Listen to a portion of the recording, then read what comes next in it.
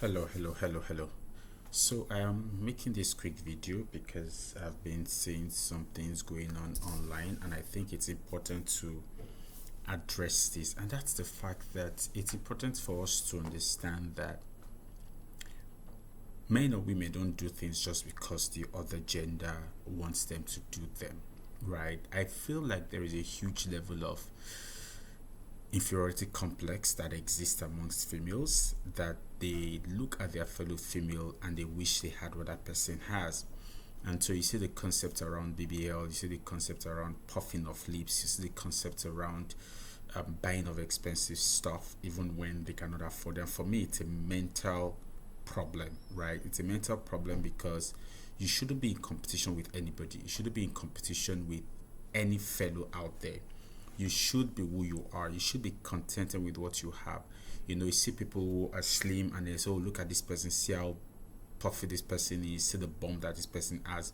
But the truth of the matter is, you must come to terms with the fact that you are a unique person, you are a different person, and you have what makes you unique. It's okay to admire, don't get me wrong, it's okay to admire another person, it's okay to admire your fellow woman or your fellow man, but you must come to the point where it is not just about you, and it's not about you looking at, rather it's not about you looking at what the other person has and you're asking yourself, how come I don't have it?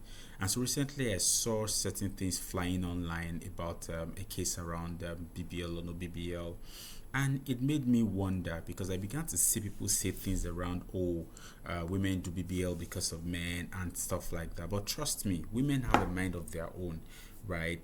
They have a mind of their own, and it's actually disrespectful, to women than anything men are doing. And so yes, some men may hype big bodies, but you see, you must come to terms with the fact that any man who is interested in you should like you for what he is saying, right? Yeah, so when they hype that, you realize that social media, celebrities and other women play just as a big role, right? And nobody's talking about that. So it's not men that are the problem of women going for BBL. Women get this thing for themselves, right? And not every decision a woman takes can be tracked back to men. A while ago, we saw people saying, women are the prize and things like that. Now we are seeing men at the prize. But the truth of the matter is, you must hold yourself accountable, right? You can't hold men responsible for these things, and holding men so responsible for this actually infantilizes women, right? Women are adults and they can make decisions all by themselves. There are societal pressures here and there, agreed, right? And I do agree that sometimes men contribute to this unrealistic body standards. But you see, you must realize that what you see on social media is what it is on social media. You are not seeing the real image, you're not seeing the real deal. Whatever you're seeing on social media is social media, right? And some people go for cosmetic surgery, and don't get me wrong, cosmetic surgeries have existed way long before now.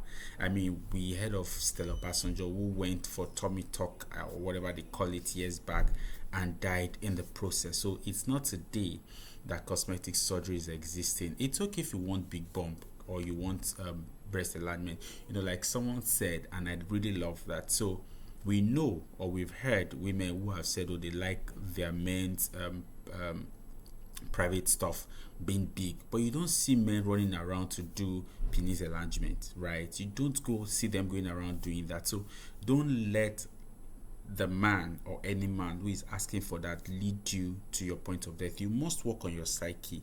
You must appreciate who you are. You must have a good self-esteem to appreciate what you have and realize that anybody who is going to want you would want you for your body physique, right? So if you genuinely care about your well-being, about young women's well-being, then the conversation has to start with media literacy. We must begin to educate people. You must build your self-esteem, and we must understand that while we may not be able to regulate the cosmetic surgery industry, nuance isn't optional, right? Because lives are at stake. And so you can't sweep that under any gender. You must hold yourself accountable and hold your fellow women accountable. So if you don't like what you look like, if you do not like your body physique or structure, then there is a problem, and that's why the problem exists. And like I usually share this thing, I usually say, look, you have what we call let me see if I can show you. How we call problem thinking, right? Problem thinking.